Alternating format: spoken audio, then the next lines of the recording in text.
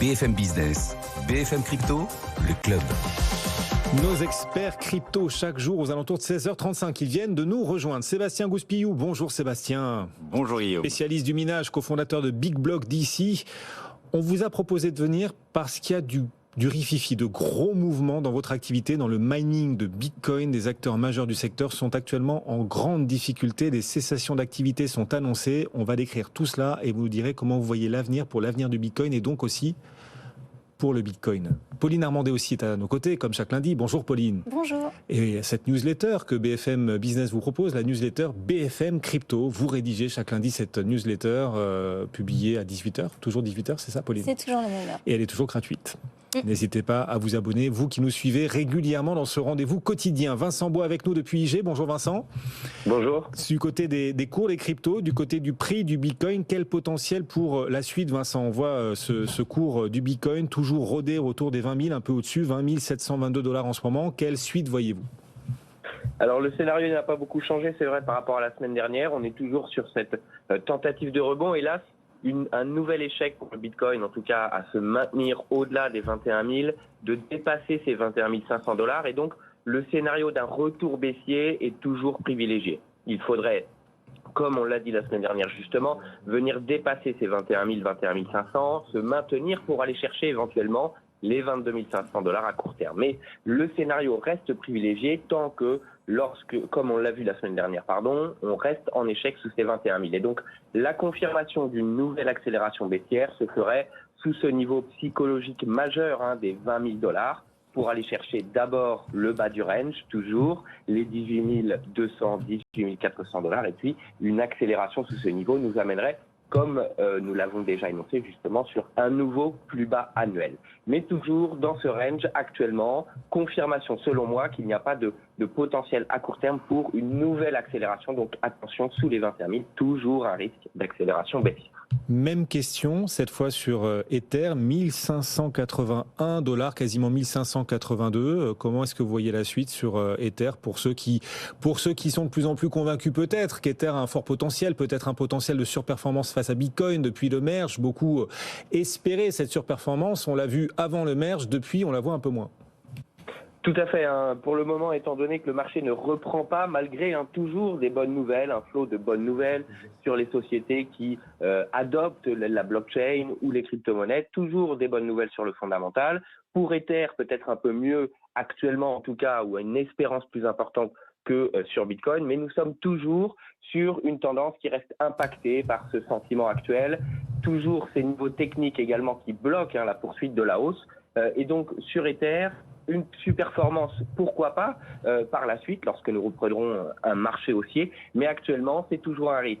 Ce niveau que j'ai cité sur les 21 000, 21 500 Bitcoin, eh bien, on a le même type de niveau, il se trouve plutôt sur les 1700 $ sur l'Ether, qui est difficile à passer pour le moment, et donc nous restons dans un risque baissier.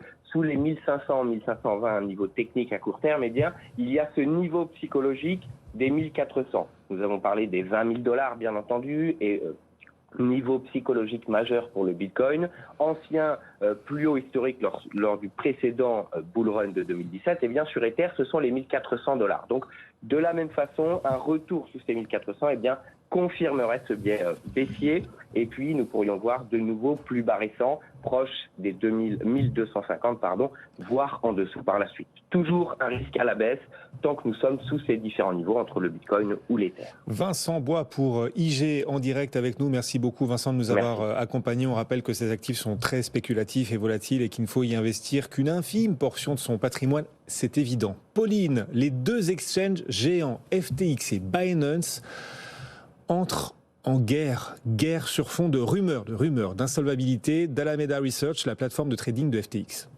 Oui, alors c'est un peu le scénario. Alors attendez, on va allumer votre micro, le temps qu'on... Voilà, ça y est, c'est parti. Donc une guerre entre CZ, Binance et FTX sur fond de rumeurs d'insolvabilité de cette plateforme de trading de FTX. Est-ce qu'il faut y croire, pas y croire? Qu'est-ce qui se passe? Enfin, ça agite énormément en ce moment la communauté crypto.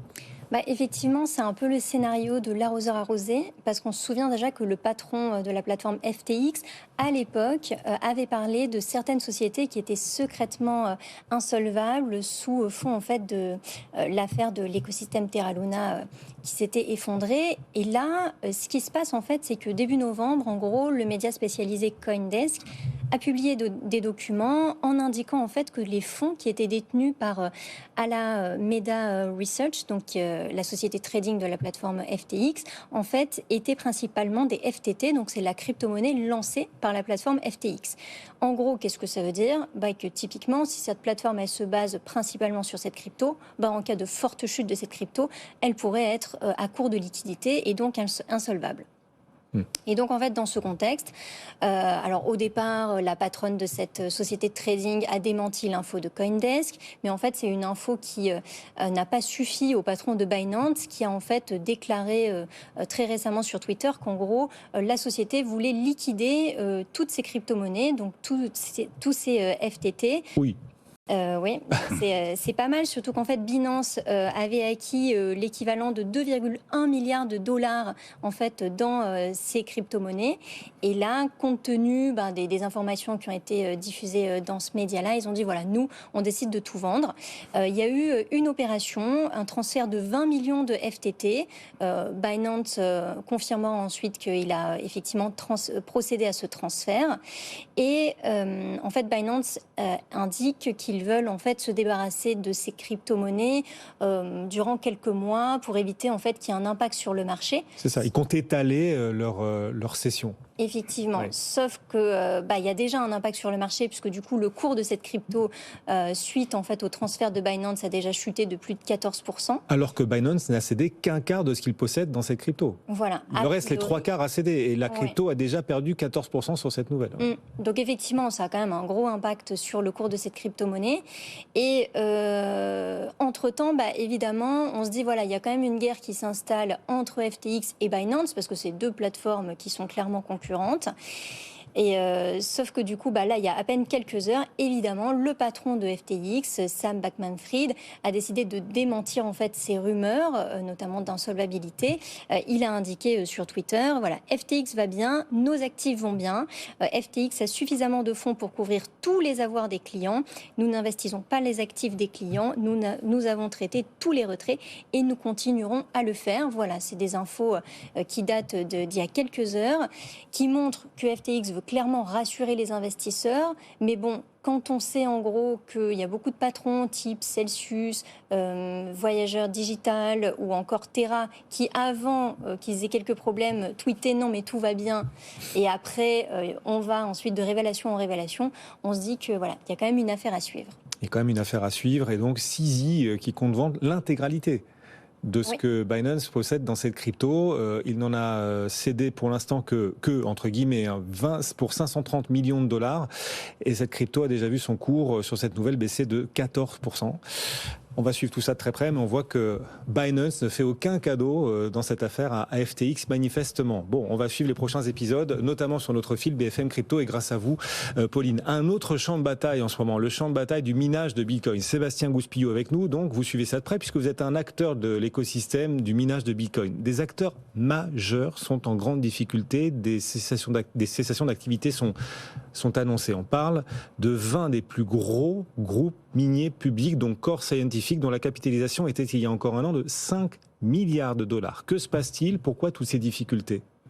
Ça vous a pas échappé, Guillaume, il n'y a pas que le drama et la guerre d'ego des milliardaires de la DeFi comme actualité. Il y a quelque chose de très important qui est en train de se passer sur le hash rate et donc sur le mining de Bitcoin. Effectivement. Donc c'est un sujet un peu pointu, hein, c'est spécifique Bitcoin, mais je vais vraiment le simplifier au maximum. Ne partez pas les nouveaux coiners, les débutants.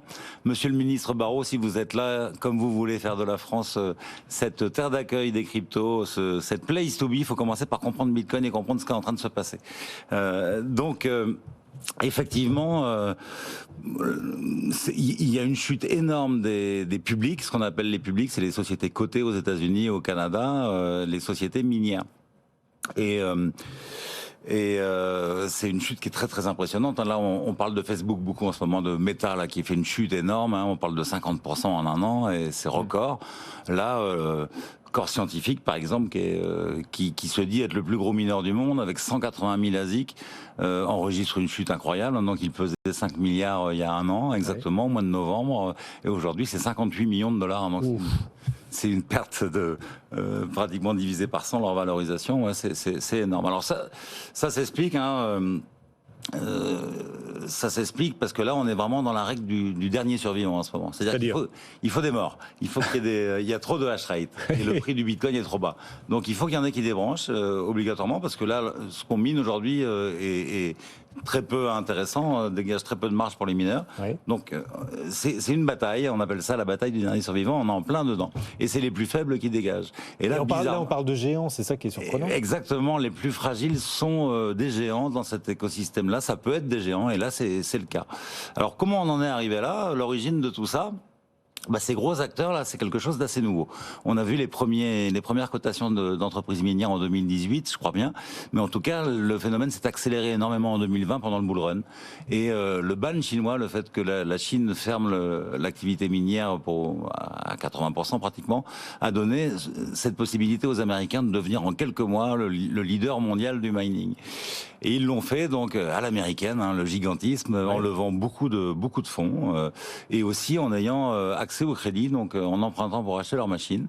Donc ils se sont développés sur une logique et avec une logique et une culture financière plus qu'une culture industrielle quelque part. Absolument. Là, ce sont purs financiers les patrons de ces boîtes-là pour l'essentiel. Alors, ça ne veut pas dire que c'est pas des bitcoiners, mais ils sont arrivés avec leur culture et donc leur culture était financière. Donc voilà, ils ont su lever beaucoup d'argent en bourse, ils ont su emprunter de l'argent. Ils ont profité aussi d'un moment où de nouvelles entreprises proposaient du crédit pour les mineurs. Donc je pense à BlockFi, à Nidig et à Galaxy Digital qui ont commencé à faire du crédit pour les mineurs. Et pas des petits crédits. Donc les gars se sont endettés. Et donc, ils ont atteint une taille adulte extrêmement vite, peut-être trop vite. Étonnant aujourd'hui de voir que cette stratégie leur revient en boomerang. Oui, ils sont nés géants, donc ils n'ont pas eu le temps de grandir, d'apprendre de leur croissance, et donc effectivement, ils sont arrivés comme des noobs sur ce marché-là, malgré leurs milliards. C'est assez impressionnant. Donc nous, on l'a vu arriver, on a vu ces fermes géantes se construire, en se disant, il va y avoir un retour de bâton, c'est certain, parce que cette règle du dernier survivant, c'est quelque chose qui se répète dans l'histoire. Ça fait partie des cycles du Bitcoin. Donc il y a quelques règles. Et là, ce qui les met en difficulté, c'est le fait que le Bitcoin a chuté, donc le minage rapporte beaucoup moins qu'auparavant. Oui. Par ailleurs, le prix de l'électricité, lui, a augmenté. Alors, ils ont fait deux erreurs, ces acteurs-là. La première erreur, c'est effectivement d'acheter ces machines à crédit. Parce que là, il y a une grosse fluctuation du prix du Bitcoin, vous le savez maintenant chez BFM Crypto. Donc, les machines suivent la fluctuation du prix. Et acheter des machines à crédit, c'est-à-dire acheter des machines l'année dernière à 10 000 $ pour les payer aujourd'hui 2 000 $, les mêmes machines, évidemment, c'est pas une bonne opération. Et donc ça a fait chuter leur cours. Ça, c'est la première des erreurs. Jamais on achète des machines à crédit dans le mining. Et la deuxième erreur conséquente qu'ils ont faite, c'est de se brancher sur un réseau où il n'y avait pas de pérennité sur le prix. C'est-à-dire que sur un réseau, il y a la possibilité que le prix augmente. C'est un réseau qui est sensible aux fluctuations du cours du pétrole. Et tout simplement, ça c'est quelque chose qu'il ne faut pas faire parce qu'effectivement, là, ils ont un effet ciseau incroyable. Le prix du Bitcoin qui ne veut pas remonter, et la compétition qui est énorme, le hash rate qui est vraiment à des sommets, et leur électricité qui monte. Là, c'est sûr, c'est une condamnation imminente. Et donc, ça tombe, il y a un effet domino qui est important. On l'a dit, il y a Core Scientifique avec ses 180 000 ASIC qui menacent de disparaître, mais aussi il y a Agro Blockchain, ça c'est un assez ancien, ils ont été créés en 2018. Eux, ils ont une énorme dette. Ils viennent de vendre, là, je crois, vendredi, 3843 S19 pour essayer de récupérer un peu de cash. Donc, ils ont récupéré 5 millions 6. Comment ça s'appelle? Argo Blockchain? Ouais, Argo Blockchain, ouais, c'est une bourse. Eux, ils sont sur le marché anglais. Ils sont à la bourse de Londres, mais ils minent aux États-Unis, enfin en Amérique du Nord, au Canada, aux États-Unis. Donc, ils viennent de vendre leur machine, 1500 € pièce, 4000 machines comme ça. Il y a Iris Energy qui serait en défaut de ses prêts. Eux, ils ont 71 millions de dollars de prêts. à moins qu'ils trouvent un nouvel accord de restructuration d'ici le 8 novembre, donc c'est-à-dire demain. Donc là, on a un énorme acteur aussi qui menace de disparaître demain. Il y a Stronghold Digital Mining qui restructure sa dette. Il y a... Et là, vous nous citez les géants qui ont fait la croissance de Bitcoin. Est-ce que cette difficulté, ce péril qui guette, en tout cas qui vient frapper à la porte des plus grands géants du mining de Bitcoin, est-ce que ça met en danger Bitcoin lui-même ? Ah c'est la grande question, mais non, pas du tout, parce que en fait, toutes ces publics aujourd'hui représentent quand même 1/5 du hash rate, donc 20% du mining mondial. Donc si 20% du mining mondial disparaissait totalement aujourd'hui, ça n'aurait pas de conséquences sur le réseau. On a connu des chutes beaucoup plus importantes. Hein. Mais donc non, c'est pas dangereux pour le Bitcoin, c'est dangereux pour les investisseurs, tous ceux qui ont acheté dans ces minières publiques là, qui aujourd'hui voient leurs achats fondre comme neige au soleil. Et vous dites, on est en pleine règle du dernier survivant en ce moment, les géants sont en train de tomber, qui survivra ? Les acteurs du minage du Bitcoin de demain, qui seront-ils ? Ils existent sans doute déjà d'ailleurs. Qui voyez-vous sortir gagnant de cette phase d'écrémage, de règles darwiniennes qui est en train de s'appliquer au mining ? Alors vraiment, ce sont les acteurs qui auront privilégié l'électricité green sur des extra-capacités, donc avec des contrats longs. Nous, on a des contrats de 5 ans pour l'électricité. Donc on regarde cette bataille-là de manière sereine, parce que notre prix d'électricité est fixe. Voilà. Et eux sont dépendants des prix du pétrole, des prix des hydrocarbures. Donc ça veut dire qu'ils sont sur un réseau où il y a une petite partie ou une grosse partie d'hydrocarbures. Donc ceux-là, et puis ceux qui n'auront pas emprunté d'argent pour acheter leur machine aussi, c'est très important. Hein. Donc ça peut être de gros acteurs qui subsistent, mais d'ailleurs, il y a deux sujets. Cette chute des gros acteurs pourrait créer encore plus de concentration, ou au contraire déconcentrer le marché. Donc il y a un des gros acteurs, le patron de Marathon, qui a déclaré, je crois jeudi ou vendredi, qu'il allait racheter tout ça. Je suis pas du tout sûr qu'il y arrive. Moi, je pense qu'il va subir les mêmes difficultés que ses confrères dans les semaines qui viennent si le cours ne remonte pas.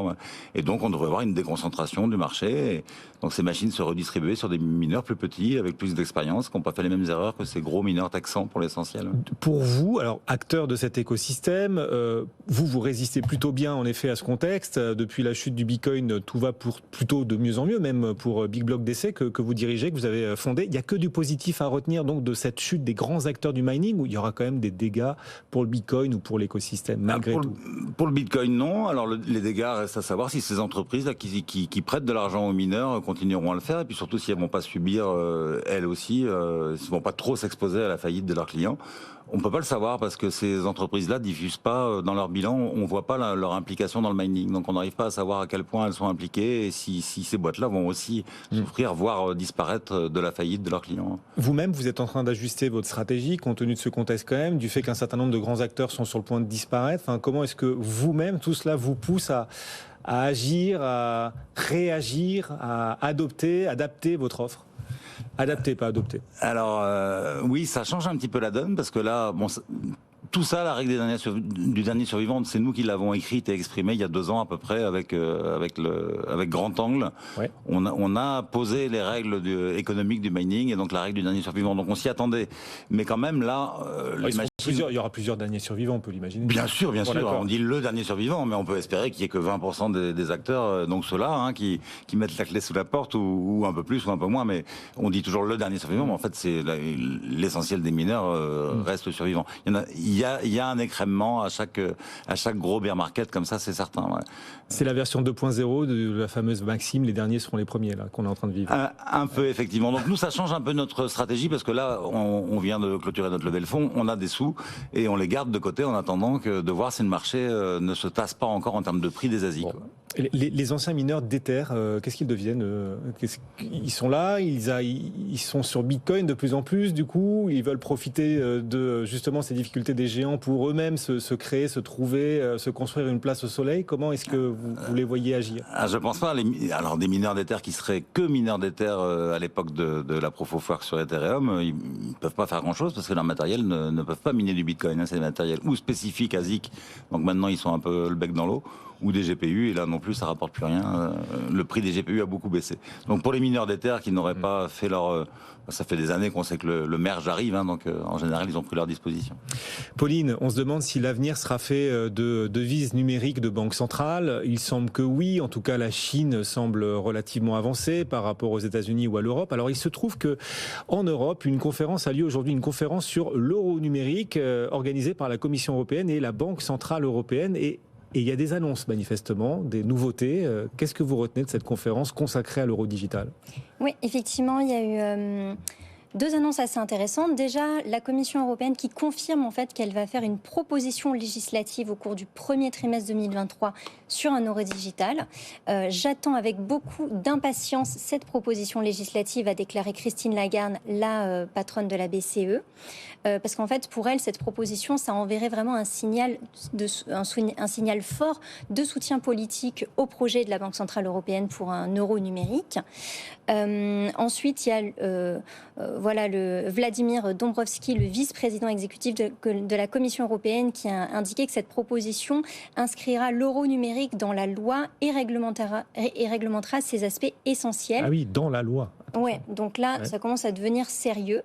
Mais en fait, malgré, on va dire, ces belles paroles des dirigeants européens, le processus, il est vraiment long.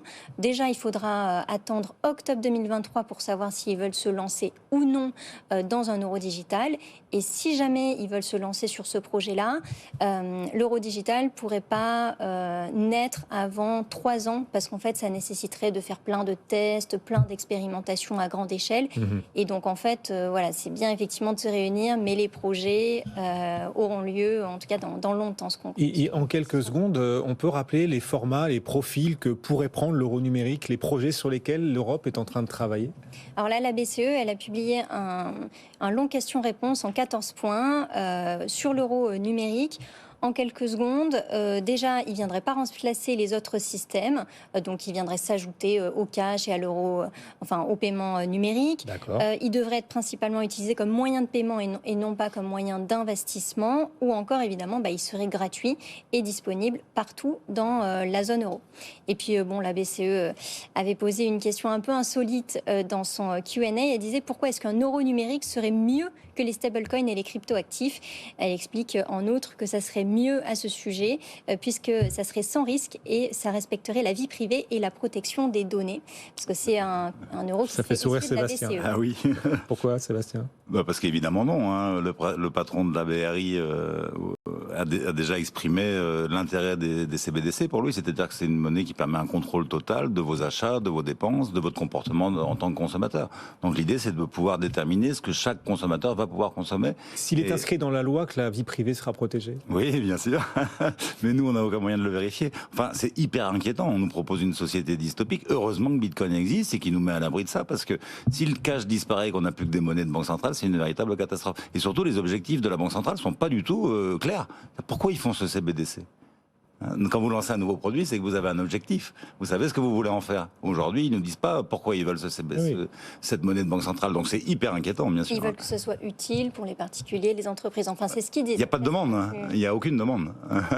Donc, il y avait de la demande en 2017-2018 quand on leur a dit on devrait penser à de l'euro numérique. Mais encore une fois, les professionnels sont pas sollicités. Ils sont en train de faire un truc, vraiment une espèce de prison monétaire. Et ça fait très peur. Oui. Bon, en tout cas, l'objectif n'est pas que cet euro numérique se substitue à quoi que ce soit. C'est ce qui a été dit lors de cette conférence organisée aujourd'hui par la BCE et par la Commission européenne. Et c'est ce que vous retenez, Pauline. Merci à tous les deux de nous avoir accompagnés. Beaucoup. Sébastien Gouspillou, régulièrement à nos côtés. Big Clock. Ça, c'est la clock, c'est l'horloge. Il est 17h d'ailleurs. Big Block d'ici, régulièrement à nos côtés. Sébastien, merci d'être passé nous voir. Pauline, et la newsletter BFM Crypto, dans pile une heure, puisqu'il est 17h, ce sera à 18h. Newsletter, bien sûr, disponible gratuitement. Vous pouvez toujours vous abonner. Merci à tous les deux de nous avoir accompagnés. Dans un instant, la bourse, la séance du jour en direct. Et Faiza Younzi qui va nous rejoindre pour parcourir l'ensemble de l'actu du jour. À tout de suite sur BFM Business. On se retrouve dans, 1 minute 30.